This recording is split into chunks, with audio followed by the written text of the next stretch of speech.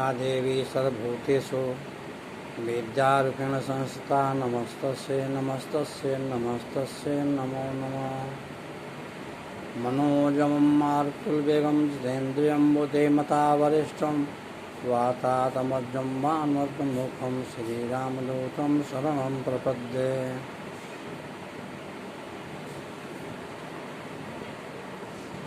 मैं डॉक्टर चंद्रशेखर तिवारी, जूथा दर्शन महाविद्यालय मझौलिया, पश्चिम चंपारण। आज ऑनलाइन क्लास के माध्यम से मैं पुनः शास्त्रीय प्रतिष्ठा प्रथम खंड के छात्रों को शाकुंतल के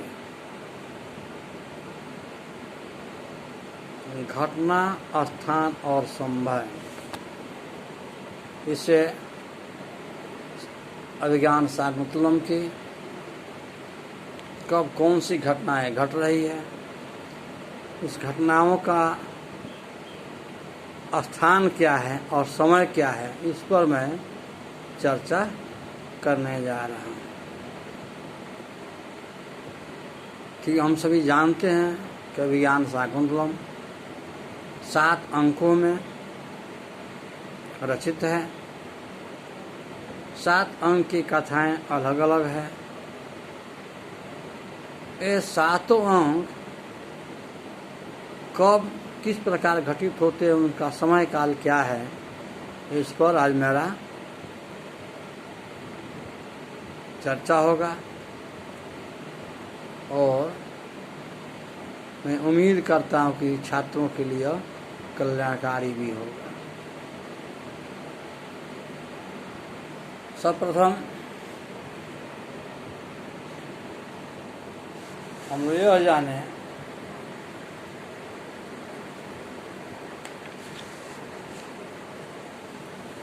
इस 7 अंक की घटनाओं में 7 साल का समय परिलक्षित लगता है।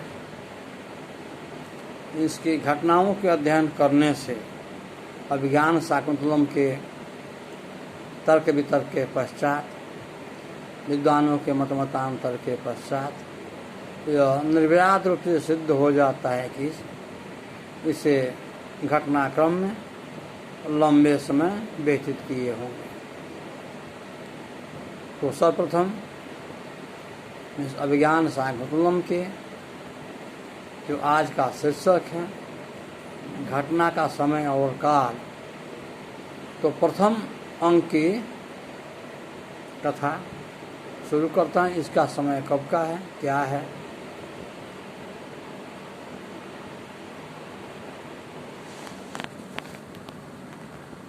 तो सर्वप्रथम देखें कि इस अभिज्ञान शाकुंतलम की संपूर्ण कथा का कुल मिलाकर जो समय है लगभग 7 वर्षों का, क्योंकि प्रथम अंक में नायक दुष्यंत, नायिका शकुंतला का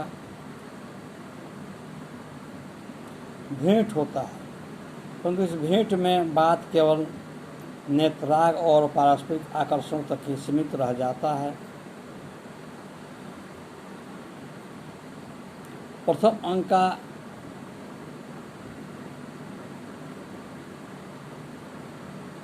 समय ग्रीष्म काल माना जा सकता है, क्योंकि विज्ञान शाकुंतलम के अध्ययनोपरांत यह सिद्ध होता है कि शाकुंतला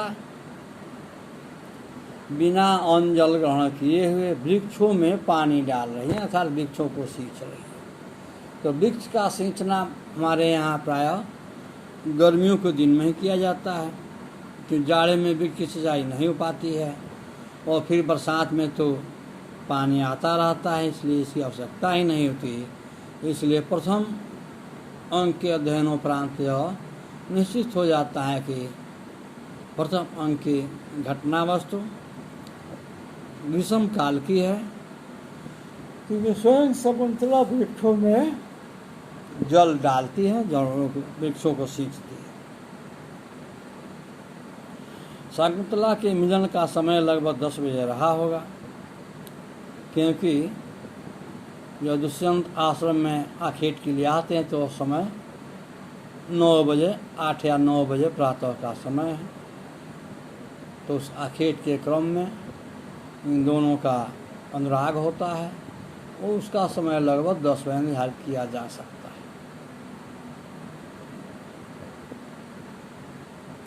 क्योंकि उस समय धूप तेज हो जाती है और शकुंतला वृक्षों को सींचते सींचते वृक्षों की आड़ में, वृक्षों की छांव में खड़ा हो जाती है।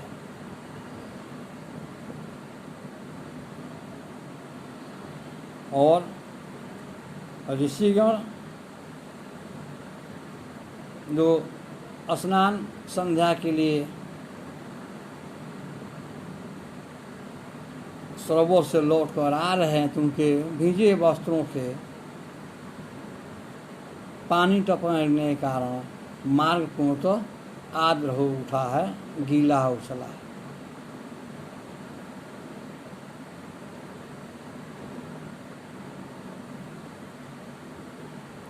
और जो वृक्ष की डालियों पर वे अपने वस्त्र सूखने के लिए रखे हैं, वो अभी सूख नहीं पाया, सूख ही रहे हैं। यह समय लगभग 10 के बाद 7, 11, 12 बजे का समय हो सकता है, जिसमें वृक्षों पर ही लोग अपने वस्त्रों को सुखा रहे हैं, आश्रमवासी। ठीक उसी प्रकार द्वितीय अंक की घटना दूसरे दिन प्रातः काल की है। प्रथम दिन की है कि राजा दुष्यंत हस्तिनापुर से आखेट के लिए आश्रम के पास जाता है, वनों में भ्रमण करता है। भ्रमण करते समय उसे शकुंतला से राग होता है। राग में उन दोनों का परस्पर मिलन नहीं हो पाता है, सिर्फ नेत्रों से मिलन होता है। वो समय 8-9 बजे का रहा होगा। उसी समय शकुंतला वृक्षों को सींच रही है, इसलिए निर्विवाद रूप से गर्मी का समय कहा जा सकता है। और वृक्षों के सींचते हुए वो कभी वृक्षों की छांव में खड़ी हो जाती है और कभी वृक्षों को सींचती है। इसका मतलब यह समय 10 और 11 बजे का मध्य का होगा। ठीक उस प्रकार जो दूसरी अंक की जो घटना वस्तु है, कथा वस्तु है, वो दूसरे दिन की हो सकती है, क्योंकि ये घटना प्रातः काल की है। क्योंकि राजा और विदूषक आपस में वार्तालाप कर रहे हैं, उस समय धूप निकल चुकी है। 10-11 बजे का समय पुनः प्रमाणित होता है, क्योंकि ये गोष्ठी का समय है राजा और विदूषक का। यह समय 10-11 बजे का घटनाक्रम हो सकता है, जो अपने दरबारों में गोष्ठी कर रहे हैं, लोग बातचीत कर रहे हैं। तृतीय अंक की जो घटना वस्तु है वो लगभग 15-16 रोज बाद की है, क्योंकि इस बीच विरह दुख के से राजा और शकुंतला दोनों ही अविकृत हो गए। दोनों का परस्पर मिलन हुआ था, फिर दोनों दूर दूर पर है, इसलिए दोनों की विरह व्यथा अत्यधिक प्रज्वलित हो रही है। तो 2 और 3 अंकों के बीच में 15 दिन का अंतर समझना चाहिए, क्योंकि अभिज्ञान संस्कृत में कवि ने लिखा है, सोपी राजर्षि एषु दिवसेषु प्रजा राग कृष यो लक्ष्यते। यह अंक मध्याह्न में आरंभ होता है। शिष्य कुश लेकर वन से लौटा है और प्रियमदा के मुख से सुनता है कि शकुंतला को लू लग गई है। इसलिए जैसे बताया गया कि प्रथम अंक का आरंभ ग्रीष्म काल में हुआ है, गर्मी के कारण शकुंतला को लू लग गई है और जो उसका आश्रम का शिष्य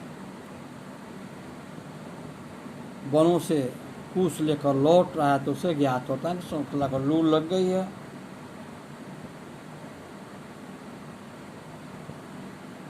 और लू लगने से उसके उपचार किया जा रहा है। चतुर्थ अंक की घटना तृतीय अंक के बाद लगभग फिर 15-20 रोज बाद की हो सकती है, क्योंकि राजा इष्टि समाप्ति करके जाता है। इष्टि ज्येष्ठ मास की पौर्णमाष्टि समझनी चाहिए। ज्येष्ठ मास के अंत में राजा वहाँ से जाता है। अतः विष्कंभक कह प्रारंभ आषाढ़ कृष्ण प्रतिपदा को हुआ। इसी भी उसका शकुंतला से गांधर्व विवाह हुआ। आषाढ़ के महीने में दुष्यंत शकुंतला का गांधर्व विवाह होता है। यह तीसरी अंक की घटना के 15-16 रोज बाद की घटना है।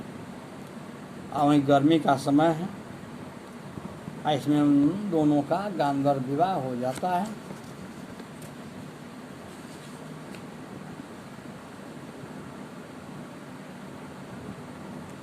इसी अंक में विरह की घटना है। प्रातः काल से विदाई की तैयारी होती है, दोपहर से पूर्व की विदाई हो जाती है। अर्थात चतुर्थ अंक में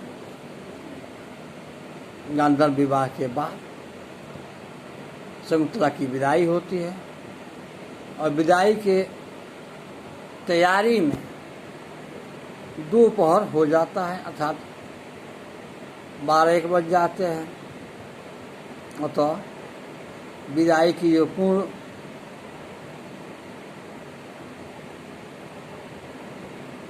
व्यवस्था है वो दोपहर के बाद की है। अर्थात गांधर्व विवाह हुए लगभग 6 माह व्यतीत हो जाते हैं। गांधर्व विवाह के पश्चात और दुष्यंत राजमहल में चला जाता है और शकुंतला आश्रम में रहने लगती है। कौन ऋषि जब आते हैं तो उन्हें ज्ञात होता है सारी वृत्तांत और उसे हस्तिनापुर भेजने का प्रयास करते हैं। इससे घटना में लगभग 6 माह का समय लगा था, व्यतीत हुआ था।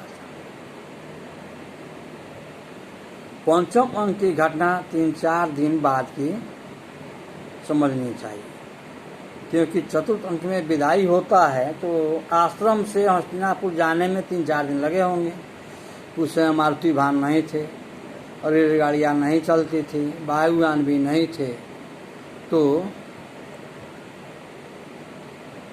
पैदल ही यात्राएं करनी पड़ती थी। और जो सामंत आदि थे, राजा आदि थे, वो रथों पर अपनी सवारी करते थे और सामान्य जनता पैदल ही यात्राएं करती थी। तो आश्रम से वहाँ तक जाने का समय 3-4 दिन लगा हुआ। यह भी ग्रीष्म का समय है।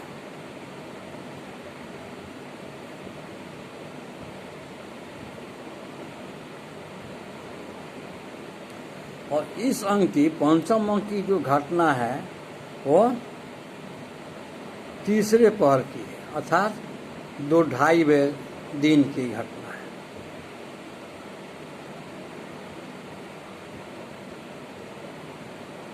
क्योंकि राजा भोजन के पश्चात विश्राम के लिए जाता है और शयन गृह में विश्राम करता है। यहाँ तक एक लंबा समय का अंतराल दिखाई पड़ता है। पुनः 9 बजे आरंभ होता है, क्योंकि 6 वर्ष के बाद शकुंतला के जो अंगूठे स्नान के समय गिर गए थे वो प्राप्त होता है। तो प्रथम अंक से लेकर अंगूठी प्राप्त होने की घटनाओं का समय 6 वर्ष तक माना जाता है।